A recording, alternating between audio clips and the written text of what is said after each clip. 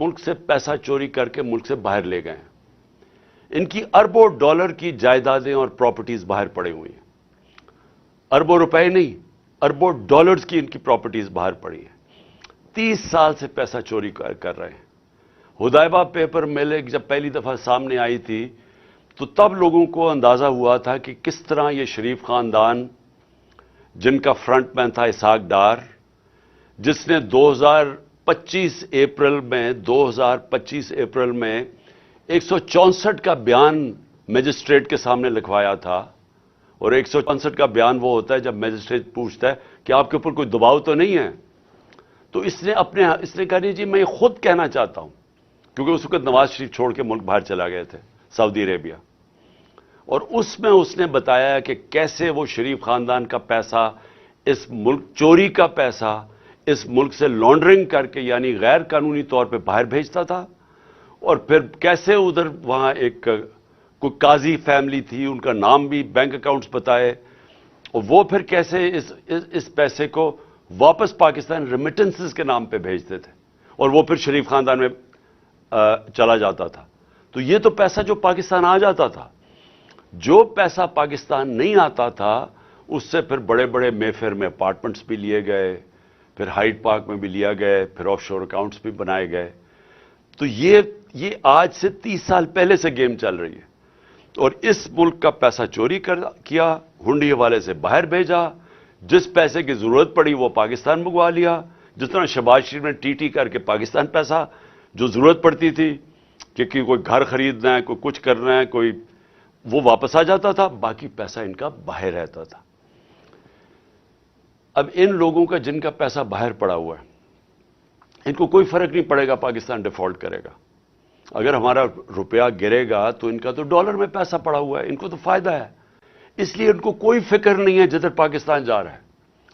فکر آپ سب کو، ہماری طرح کے لوگوں جن کا کوئی باہر ملک سے انہوں نے میں نے جس نے 30 سال ملک سے باہر کمائی کی تھی، اور جو اسی کمائی سے فلیٹ بھی لیا تھا، جو سب کچھ بیچ کے آج اپنے ملک میں پیسہ، جن لوگوں کا جینا مرنا پاکستان میں، ان کے لیے یہ بڑا تشویشناک ہے کہ اگر ملک یہ ڈیفالٹ کی طرف چلا گیا، یہ سارے ہم جو پاکستان میں رہنے والے ہیں، یہ ہم سب کو بہت بڑا نقصان ہونے والا ہے۔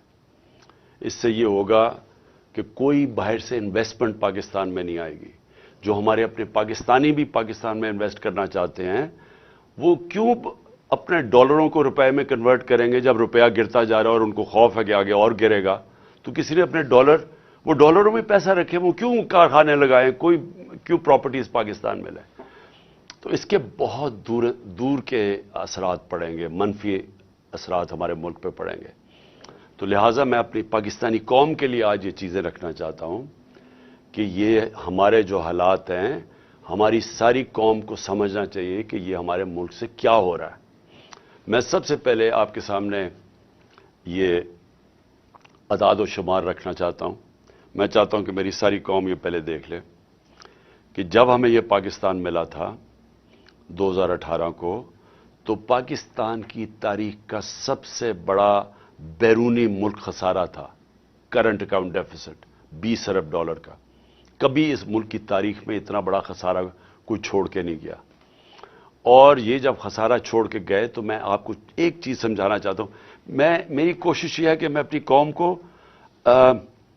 اس کو آگاہ بھی کروں، اس کی تربیت بھی کروں، اس کو ایز آپ کا ایک بڑا ہو کے آپ کو ایجوکیٹ بھی کروں کہ یہ ہوا کیا ہمارے ملک سے۔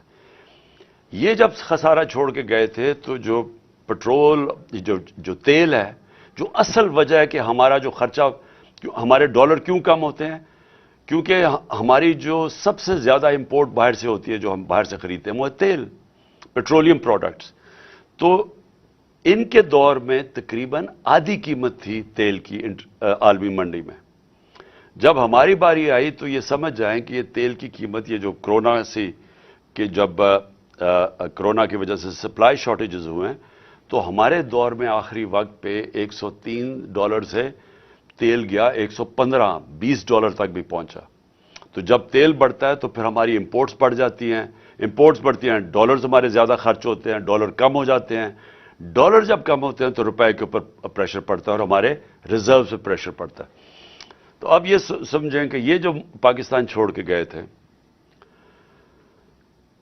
اور ہم جو پاکستان چھوڑ کے گئے تھے، یہ جو ہمیں انہوں نے رجیم چینج پہ کیا تھا، تو اس وقت پاکستان کی 2022 میں 2021 میں پاکستان کے جو جی ڈی پی دولت میں اضافہ ہو رہا تھا وہ 5.7% تھا، اور جو ہمارا 2022 تھا، چوتھا سال تھا، اس میں 6% تھا. 5.7 اور 6% پاکستان کی تاریخ میں یہ صرف اور صرف اگر اس طرح کی پاکستان کی جی ڈی پی گروتھ ہوئی یا دولت میں اضافہ ہوا، یہ مارشل لاز میں ہوا تھا، ایوب خان کے زمانے میں یا جنرل ضیاء کے زمانے میں اور جنرل مشرف کے زمانے میں. یہ کیوں ہوا تھا ان کے دور میں؟ کیونکہ ہم ان کے ساتھ ان کی 2 دفعہ جنگوں میں شرکت کر رہے تھے، افغان وار میں اور وار آن ٹیرر میں، اور اس سے پہلے ہم سیٹو اور سینٹو کے امریکہ کے ساتھ ملے ہوئے تھے پیکٹ میں کولڈ وار کے دوران جب ایوب خان کا دور تھا. صرف ان دوروں کے اندر ہماری گروتھ ریٹ اس سطح پہ پہنچی تھی کیونکہ امریکہ سے ڈالرز مل رہے تھے پاکستان کو. یہ واحد گورنمنٹ ہے جو امریکہ کے ڈالرز نہ ملنے کے باوجود اس نے 5.7 اپنے تیسرے اور 6.8 پہ ہماری اکانومی گرو کی. اور یہ یاد رکھیں کہ اس میں 2 سال کرونا آیا تھا جو ایک ایسی وبا تھی جس نے دنیا کی اکانومیز کو تباہ کر دیا تھا. ہندوستان کے حالات دیکھیں، ان کی منفی میں چلی گئی تھی گروتھ ریٹ. ایران کا دیکھیں جو ہمارے نیبرز کی بات کر رہا ہوں دنیا میں، اور ابھی تک اس کے اثرات ہیں وہ کرونا کے. تو ہمارے دور میں اس کے باوجود کہ کرونا تھی اور یہ یاد رکھیں کہ دنیا نے اکنالج کیا تھا کہ پاکستان وہ 3 ٹاپ ملکوں میں جس نے سب سے بہترین طور پہ کرونا کو مینج کیا. اور اس کے ثبوت کیا ہے کہ ہم نے اپنی اکانومی بچا لی، اپنے غربت بچا لی، اپنے روزگار بچایا لوگوں کا، اور ہمیں اپنی انڈسٹری بچا لی، اور ہم نے یہ 5.7 اور 6% پہ گرو کیا. ہماری ریکارڈ ریمیٹنسز تھی، بیرون ملک پاکستانی کو سب سے زیادہ ہمارے پہ اعتماد تھا. 31 ارب ڈالر کی انہوں نے ریمیٹنسز بھیجی جو ریکارڈ تھا. نون لیگ کی دور میں 19.6% ریمیٹنسز تھی. ہم نے ادھر سے لے کے گئے 3.5 سال میں 32 ارب ڈالر پہ. ہمارا جو ڈیفیسٹ چھوڑ کے گئے ہم، اس کے باوجود کہ تیل کی قیمتیں ریکارڈ کی پرائس پہ تھی، ساری چیزیں مہنگی ہو گئی کرونا کی وجہ سے، سپلائی شارٹیجز کی وجہ سے، اس کے باوجود ہم جو جی ڈی پی چھوڑ کے گئے تھے کرنٹ اکاؤنٹ بیرونی ڈیفیسٹ وہ 4% تھا. نون لیگ چھوڑ کے گئی تھی 5.8%، جب تاریخی سب سے کم تیل کی قیمتیں تھیں. ہماری گندم 27.5 ملین ٹن ہماری گندم تھی جو کہ ریکارڈ تھا پاکستان کی تاریخ میں. ہماری جو چاول تھا وہ 9.3 ملین ٹن تھا جو ریکارڈ تھا. ہمارا جو مکئی تھی وہ 9.6 ملین ٹن تھی، وہ ریکارڈ تھی. اور ہماری آخری سال میں جو گنا تھا وہ تقریباً 90 ملین ٹن تھا جو کہ ریکارڈ تھا. جو ان کی بجلی کی جنریشن تھی، اب یہ سمجھیں انہوں نے بجلی جو کانٹریکٹ سائن کیے تھے پاور جنریشن کے نون لیگ نے، اس میں یہ تھا کہ اگر ہم بجلی خریدیں یا نہ خریدیں ہمیں کیپیسٹی پیمنٹس پہ دینے پڑتے تھے. یعنی ایک بجلی گھر کو جو انہوں نے جب ان کو کانٹریکٹ دے دیا، انہوں نے جو سیٹ اپ کیے، اس میں سے اگر پاکستان بجلی خریدے یا نہ خریدے پیسے پورے دینے پڑتے تھے، جس کو کیپیسٹی پیمنٹس کہتے ہیں. تو اس کے لیے اگر آپ جب تک ہم بجلی، اور انہوں نے اتنے زیادہ بنا دیے، کیپیسٹی اتنی زیادہ کر دی، ہمارے پاس ملک کے پاس طور طریقہ ہی نہیں تھا وہ بجلی استعمال کرنے کا. ہمارے میں کیپیسٹی نہیں تھی، پیسے ہم پھر بھی ان کو دے رہے تھے. تو اس کا مطلب بجلی کی کنزمپشن بڑھائی جائے تاکہ ہم کم از کم ہمارے پاس آمدنی آئے وہ ان کو پیسے دینے کی. تو انہوں نے 80 ملین یونٹس ان کے دور میں تھے. ہم اس کو لے کے گئے 116 ملین یونٹس پہ اپنے دور میں، بلین یونٹس میں، مطلب ارب یونٹ، 116 ارب یونٹس میں۔ انہوں نے کوئی اپنی اس دور میں ڈیم نہیں بنائی۔ ہم نے 6 ڈیمز کا شروع کیا، جس میں 2 بڑی ڈیمز تھی۔ یہ 50 سال کے بعد ہم نے شروع کیا۔ ہم نے ہیلتھ کارڈ کیا، جو دنیا اکنالج کرتی ہے کہ ایک لانسٹ میگزین ہے جو دنیا کی سب سے بڑی ہیلتھ ایشوز کے اوپر میگزین آتی ہے، جو سب سے ریسپیکٹڈ ہے، اس میں انہوں نے ہماری تعریف کی کہ جو پاکستان ہیلتھ کارڈ لے کے آیا ہے، یہ ہمارے سے بڑے امیر ملکوں کے اندر بھی اس طرح کی لوگوں کے لیے، عوام کے لیے ہیلتھ انشورنس نہیں تھی جو ہم لے کے آئے۔ ہمارا جو اساس پروگرام تھا وہ انٹرنیشنلی اکنالج ہوا۔ وہ جو کارنل یونیورسٹی تھی، انہوں نے اسٹینفورڈ یونیورسٹی کی ریسرچ نے کہا کہ پاکستان ایک فلائی ریاست کی طرف جا رہا ہے، جو ہمارا اساس پروگرام تھا۔ اور ہماری جو بلین ٹری سونامی تھی، جو ہم درخت لگانے کی کیمپین شروع کی ہوئی تھی، یہ انٹرنیشنلی اکنالج کیا گیا۔ یہ بورس جانسن، برطانیہ کے پرائم منسٹر، میرا نام لے کے یونائٹڈ نیشنز میں تعریف کی کہ پاکستان ایک باقی ملکوں سے آگے نکلا ہوا ہے یہ موسم کی تبدیلی کی فائٹ کے اگینسٹ۔ اور اب میں آتا ہوں کہ ہوا کیا پاکستان سے۔ میں جو یہ آج میری پریس کانفرنس ہے، اس کا مقصد یہ ہے کہ رجیم چینج ہوا۔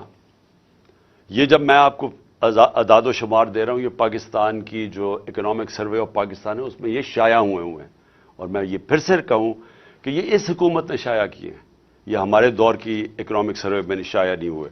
تو یہ جو میں آپ کو دے رہا ہوں اعداد و شمار، یہ ہماری ہر سال کی جو اکنامک سروے نکلتی ہے اس میں سے میں آپ کو فگرز دے رہا ہوں۔ اب دیکھیں ہوا کیا۔ ووٹ آف نو کانفیڈنس آ گئی۔ جس دن ووٹ آف نو کانفیڈنس آئی تو 178 روپے کا ڈالر تھا۔ آج اوپن مارکیٹ کے اندر 250 روپے کا ڈالر نہیں مل رہا۔ آج آفیشل ریٹ ہے 224 روپے ڈالر کی۔ 250 روپے کے اندر ڈالر آج پاکستان میں نہیں مل رہا۔ جو بڑی امپورٹنٹ چیز آپ کے لیے سمجھیے، لارج سکیل مینوفیکچرنگ انڈسٹری۔ ملک کی دولت کے اندر اضافہ کیسے ہوتا ہے؟ جب آپ کی انڈسٹری بڑھے۔ انڈسٹری بڑھتی ہے، روزگار ملتا ہے، آپ کے پاس چیزیں آتی ہیں لوگوں کو بیچنے کے لیے، ایکسپورٹ کرنے کے لیے۔ تو یہ ایک بیسک چیز ہوتی ہے جس سے ایک ملک کی دولت میں اضافہ ہوتا ہے، ویلتھ کریشن ہوتی ہے۔ ہمارا جو آخری مارچ کا مہینہ تھا، 27% پاکستان کی لارج سکیل مینوفیکچرنگ میں گروتھ ہوئی، اس میں اضافہ ہوا۔ اور یہ کتنے سالوں کے بعد پاکستان کی انڈسٹری اسی طرح ریوائیو ہوئی۔ اور انڈسٹری ریوائیو ہونا آسان کام نہیں ہے، کیونکہ انڈسٹری اگر آج فیصلہ بھی آپ کریں گے، ان کو انسینٹیوز بھی دیں گے، تو وہ ٹائم لگتا ہے، کیونکہ فیکٹری مشینری بنانی پڑتی ہے، امپورٹ، وہ سیٹ اپ ہوتا ہے، اس کو ٹائم لگتا ہے۔ آپ اگر آج فیصلہ کریں، فائدہ کریں کسانوں کا، تو آج اگر اس کو انسینٹیوز دیں گے، وہ 6 مہینے 7 مہینے کے بعد وہ فصل اگائے گی۔ لیکن انڈسٹری بڑی دیر لگتا کام ہے۔ ہمیں 2.5 سال لگے اپنی انڈسٹری کو اٹھانے کے لیے، کیونکہ یہ جب نون لیگ گئی تھی، انڈسٹری اس وقت بند ہو چکی تھی۔ فیصل آباد کے اندر جو فیکٹریاں تھیں ٹیکسٹائل کی، ان کو ریل اسٹیٹ کے اندر وہ بدل رہے تھے۔ تو اور بے روزگاری تھی۔ ہمارے جو یہ مارچ کی اب میں بات کر رہا ہوں، ٹیکسٹائل کا مزدور نہیں مل رہا تھا فیصل آباد میں، باہر سے لوگوں کو مزدوروں کو منگوانا پڑتا تھا۔ ریکارڈ ہماری جو یہ 27.7 پہ ریکارڈ ہماری انڈسٹری بڑھ رہی تھی، جو آج 0.4% پہ پہنچ چکی ہے، ادھر سے گر کے یہاں پہنچ چکی ہے۔ یہ اکتوبر کی فگرز ہے۔ سب سے زیادہ شور مچا ہوا تھا مہنگائی کا، کہ جی مہنگائی مارچ آ گئی، عمران خان نے مہنگائی کر دی، قتل کر دیا لوگوں کو۔ مجھے افسوس سے کہنا پڑتا ہے کہ وہ چینلز جو آج چپ کر کے بیٹھی ہوئی ہیں، سناٹا چھایا ہوا ہے وہاں، بول نہیں رہے، وہ ان کو عمران خان کی گھڑی کی پڑی ہوئی ہے۔ یہ بھی پہلی دفعہ ہوا کہ میں اپنی گھڑی بیچوں، اس کے اوپر ہی شور مچ گیا ہے۔ میری ذاتی گھڑی ہے, میں اسے بیچوں, میں جو مرضی کروں اسے. اس کے اوپر کوئی بات نہیں کر رہا کہ آج لوگوں کا جو معاشی قتل ہو رہا ہے. ہمارے دور میں مائک جا رہا ہوتا تھا سب کے سامنے, اچھا جی بتائیں کتنی مہنگائی ہے, کتنی تکلیف ہے, چن چن کے. آج کیوں نہیں جا رہے؟ آج ذرا یہ سنیں کہ ہمارے دور میں جب لوگوں کے پاس جا رہے تھے مہنگائی کتنی تھی, تو انفلیشن تھی 12.5%. اس پہ جناب بلاول بھٹو نے اتنا جوش میں کہ میں مہنگائی مارچ کرنے لگا ہوں, میں کانپے ٹنگ دیں گے اسلام آباد میں پہنچ کے. تو آج مہنگائی کدھر پہنچی ہے؟ 24% کے اوپر. دگنی ہے آج مہنگائی اس دور کی. کوئی کسی کو فکر نہیں ہے کہ مہنگائی میں کیا ہو رہا ہے. 50 سال میں سب سے زیادہ مہنگائی ہے آج پاکستان میں. کتنے لوگ یہ, کتنے وہ میڈیا ہاؤسز اپنے ضمیر جگائیں. پیسہ سب کچھ نہیں ہے. پیسے کے پیچھے چوروں کی نہ مدد کریں. اس ملک میں چوروں کا نہ بچائیں اپنے پیسے ضمیر بیچ کے. آج دگنی مہنگائی ہے. اور کون سی قیامت آ گئی کہ تب سے اور اب میں کتنا مہنگائی اصل تو ہوئی تھی تیل کی وجہ سے. ہم کیوں پھنسے ہوئے تھے؟ امپورٹڈ مہنگائی تھی. دنیا میں تیل کی قیمت بڑھ گئی تھی کرونا کی وجہ سے, سپلائی شارٹیجز تھے. تو آج انٹرنیشنل مارکیٹ میں تیل کی قیمت کیا ہے؟ $80 سے بھی نیچے آ گئی ہے. آج $70 اور $80 کے بیچ میں قیمت ہے. ہمارے دور میں $103 سے $115 تک تیل کی قیمت تھی, جس کی وجہ سے ہمیں مشکل پڑی ہوئی تھی مہنگائی روکنے کے لیے. تو ہم جب کہتے تھے کہ باہر سے مہنگائی ہے تب تو کوئی نہیں سنتا تھا. اور آج یہی لوگ جب کہ نیچے آ چکی ہے تیل کی قیمت اور آج مہنگائی اسمانوں پہ ہے, آج سناٹا ہے. آج ہمارے دور میں جو پٹرول اور ڈیزل تھا وہ $150 لیٹر پہ تھا. آج کوئی $234 پہ ایک ہے, 224 پہ ایک ہے, 236 پہ ڈیزل ہے. تو آج کیوں نہیں, جب ڈالر نیچے, جب تیل نیچے آ گیا ہے تو آج کیوں نہیں کسی کو فکر کہ لوگوں کی کمر توڑ دی ہے یہ پٹرول اور ڈیزل کے اسمانوں پہ قیمت گئی ہے جو عام آدمی کو افیکٹ کرتی ہے. پھر جو اب میں خطرناک چیزیں آپ کو بتانے لگا ہوں کہ دیکھیں ہمارا مسئلہ کیا ملک کا.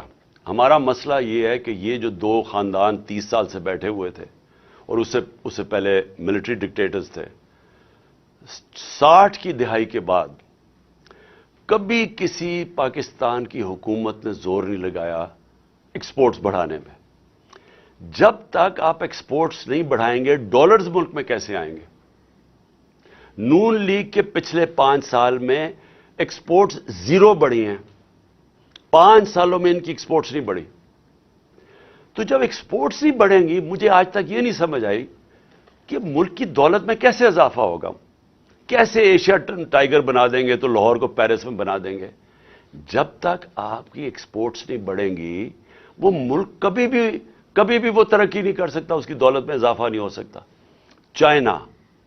چائنا جو آج ایک اکنامک سپر پاور ہے, انہوں نے اپنی ایکسپورٹس آج ان کی پتہ نہیں $2,000 ارب کی ایکسپورٹس ہیں. ہماری آج ایکسپورٹ جب ہمیں ملا تھا پاکستان تو $24 ارب کی ایکسپورٹس تھی 22 کروڑ پاکستانیوں کی, اور ہمیں فخر ہے کہ ہم اس کو لے گئے $33 ارب پہ, کیونکہ وہ بھی بڑا زور لگا کے, کیونکہ کرونا تھا. کرونا کی وجہ سے دنیا بند ہوئی تھی, 2 سال تو چائنا بند رہا ہے, تو اس کے باوجود ہم $33 ارب. تو ایکسپورٹس کے اوپر کبھی کسی نے زور لگایا نہیں ہے. تو آج پاکستان کے اندر جو خوفناک بات کیا ہے کہ ہماری ایکسپورٹس گرنی شروع ہو گئی ہے. جو ہماری ایکسپورٹس بڑھ رہی تھیں اور جو ریکارڈ پہ پہنچی تھی, اور ہمارا خیال تھا کہ اگر ہم رہتے تو وہ $38 ارب پہ پہنچ جانی تھی, وہ اب ہر مہینے 18% ایکسپورٹس پاکستان کی گر رہی ہیں. تو بجائے دولت میں اضافہ ہونے کے وہ نیچے آ رہا ہے. جو ہماری ریمیٹنسز ہیں, جو ہمارا جو اوورسیز پاکستانی پیسے بھیجتے ہیں, ایک تو ان کو اعتماد نہیں ہے اس حکومت پہ, دوسرا اور وہ ہے کہ ہمارا روشن ڈیجیٹل اکاؤنٹ جس میں اوورسیز پاکستانی پیسے وہ کم ہونے شروع ہو گئے ہیں. پاکستانیز نے اپنا پیسہ نکالنا شروع کر دیا اوورسیز پاکستانی نے. اور دوسرا کہ جب اتنا بڑا فرق آ جائے آفیشل ڈالر کی ریٹ میں اور مارکیٹ ریٹ میں، تو وہ تو ایک دم سیدھا ہی اس کا فرق پڑے گا ریمیٹنسز میں. تو جب ڈالر ہمارے ملک میں کم آنے شروع ہو جائیں تو اس سے سب سے بڑا سوال یہ ہوتا ہے کہ اب ہم اپنے قرضوں کی قسطیں کیسے ادا کریں گے. اگر ہم جو کوشش پوری پالیسی تھی کہ ڈالرز ہمارے بڑھیں، ریمیٹنسز بھی آئیں اور ایکسپورٹس ہماری بڑھیں جو بڑھ رہی تھی، اور پھر ہماری کوشش یہ تھی کہ آئی ٹی کی ایکسپورٹس بڑھائیں جو 75% ہم نے بڑھائی تھی، جو فیوچر ٹیکنالوجی کا ہے، اور اس کے علاوہ جو انویسٹمنٹ لے کے آنی تھی، جو ہم نے اسپیشل اکنامک زونز بنائے ہوئے تھے جدھر سے ہم نے انویسٹمنٹ لے کے آنی تھی، اور چائنا سے ہماری بڑی آگے بات چل چکی تھی. بدقسمتی سے چائنا نے 2 سال پھر سے بند ہو گیا چائنا. تو جو وہ چائنا آنا جانا ہی ناممکن ہو گیا، ان کی جو کوارنٹین لاز ایسے تھے. تو جو ہم نے ان سے اپنی اسپیشل اکنامک زونز میں انویسٹمنٹ کروانی تھی، اس نے بھی ہمارے ڈالر کی انٹیک بڑھانی تھی. تو اب نہ انویسٹمنٹ آ رہی ہے، ایکسپورٹس ہماری نیچے جا رہی ہیں، ریمیٹنسز ہماری نیچے جا رہی ہیں، ڈالرز ہمارے کم ہو رہے ہیں، قرضے ہمارے بڑھتے جا رہے ہیں. تو کس نے ادا کرنی ہے؟ آج جدھر پاکستان کھڑا ہے، ہم یہ کیسے قسطیں ادا کریں گے؟ اور یہ میں پھر سے اسی پہ آ گیا ہوں کہ مجھے آج کیوں خطرہ ہے، کیوں ہماری طرح کے لوگوں کو خطرہ ہے اور فکر پڑی ہوئی ہے، اور کیوں ان کو نہیں فکر. میں سب سے پوچھتا ہوں، اپنی اسٹیبلشمنٹ سے پوچھتا ہوں، اپنے ہر طبقے کے پاکستانی سے پوچھتا ہوں کہ کیا آپ کو فکر نہیں ہے کہ آپ پاکستان کدھر جا رہا ہے؟ میں جب الیکشنز کی بات کرتا ہوں، میں الیکشنز کی اپنی ذات کے لیے نہیں بات کر رہا، میں تحریک انصاف کے لیے نہیں بات کر رہا. تحریک انصاف نے تو جب بھی یہ الیکشن کروائیں گے انشاءاللہ، جس طرح کی پبلک سپورٹ ہے آج پی ٹی آئی کی، پاکستان کی تاریخ میں کسی پولیٹیکل پارٹی کی نہیں تھی. چاروں صوبوں میں پارٹی پھیلی ہوئی، باقی تو 2 پارٹیز رہ گئی ہیں، چھوٹی چھوٹی پارٹیز، صوبائی پارٹیز بن گئی ہیں. تو انہوں نے تو جب بھی الیکشنز ہو ہم نے جیتنا ہے. تو ہمیں یہ نہیں فکر کہ اگر الیکشن ٹائم پہ ہوں گے تو ہمیں کوئی فرق پڑ جائے گا. مجھے خوف آ رہا ہے کہ جتنی دیر اب یہ گورنمنٹ چلے گی، اس ملک کا جو معاشی بحران ہے وہ بڑھتا جائے گا. اور وہ کیوں بڑھے گا؟ کیونکہ جب تک ملک میں پولیٹیکل سٹیبلٹی نہیں آتی، سیاسی طور پہ ملک میں استحکام نہیں آتا، تو معاشی طور پہ تو استحکام آ ہی نہیں سکتا. ساری دنیا کی کامن سینس ہے کہ معیشت تب ترقی کرتی ہے جب سرٹنٹی ہوتی ہے، جب استحکام ہوتا ہے. میں اگر آج بزنس مین ہوں، میں آج ایک انویسٹر ہوں، میں تو تب پیسہ لگاؤں گا جب مجھے پتا چلے گا کہ یہ 4-5 سال کی حکومت چل رہی ہے، اور میرا آج اگر پیسہ لگاؤں گا تو 2-3 سال کے بعد جب مجھے اس کا نفع آنا شروع ہوگا. مجھے جب یہی نہیں پتا کہ 6 مہینے میں کیا ہوگا اور اگلے 8 مہینے میں کیا ہوگا، کون پیسہ لگانے لگا ہے؟ اوپر سے پاکستان کی، جس طرح میں نے کہا، جب کریڈٹ ریٹنگ ہی گر گئی ہے، جب پاکستان کے رسک ڈیفالٹ اتنی 100% تک پہنچ چکی ہے، تو کسی نے پیسہ ہی نہیں دینا. نہ کسی کمرشل بینک نے پیسہ دینا ہے، نہ کسی انویسٹر نے آنا ہے. تو یہ تو ان کے پاس تو اب کوئی روڈ میپ ہی نہیں ہے. ان کی تو صرف اب ایک کوشش ہو رہی ہے، اور کوشش ان کی اب آج کیا ہے؟ کوشش بڑی سیدھی ہے. کوشش ہے کہ نہ میچ اب یہ کھیل نہیں سکتے. 36 جو بائی الیکشنز ہوئے تھے ان میں سے 29 پاکستان پی ٹی آئی جیت گئی ہے. اس کے باوجود کہ ان کے پاس پوری اسٹیٹ مشینری تھی، ان کے ساتھ پورا جو اس ملک کی الیکشن کمیشن ہے، جس نے بے شرمی سے جس طرح انہوں نے ان کی مدد کی، اور اسٹیبلشمنٹ ان کے ساتھ تھی. ہمیں کہا گیا تھا نا جی سلیکٹڈ ہے، تو اب تو کسی میں شک نہیں ہونا چاہیے نا کہ کون سلیکٹڈ ہے. جس کے ساتھ، ان سب کے ساتھ، سارے ملک کے جو بھی اس ملک کے پاور ہاؤسز تھے وہ ان کے ساتھ کھڑے تھے. اس کے باوجود 75% by elections P T I جیتی ہے. اب اس خوف سے انہوں نے الیکشن نہیں کروانے. نواز شریف وہاں باہر بیٹھا ہوا ہے، اس نے وہ الٹا لٹک جائے گا، الیکشن نہیں کروائے گا، کیونکہ اسے پتا ہے الیکشن میں رزلٹ ان سے بہت برا ہونا ہے. لہٰذا یہ ڈیلے کرنا چاہتے ہیں. ان کی تو اگر کوشش ہو تو یہ تو اس سے بھی آگے جانا چاہتے ہیں. تو اگر یہ الیکشن نہیں ہوگا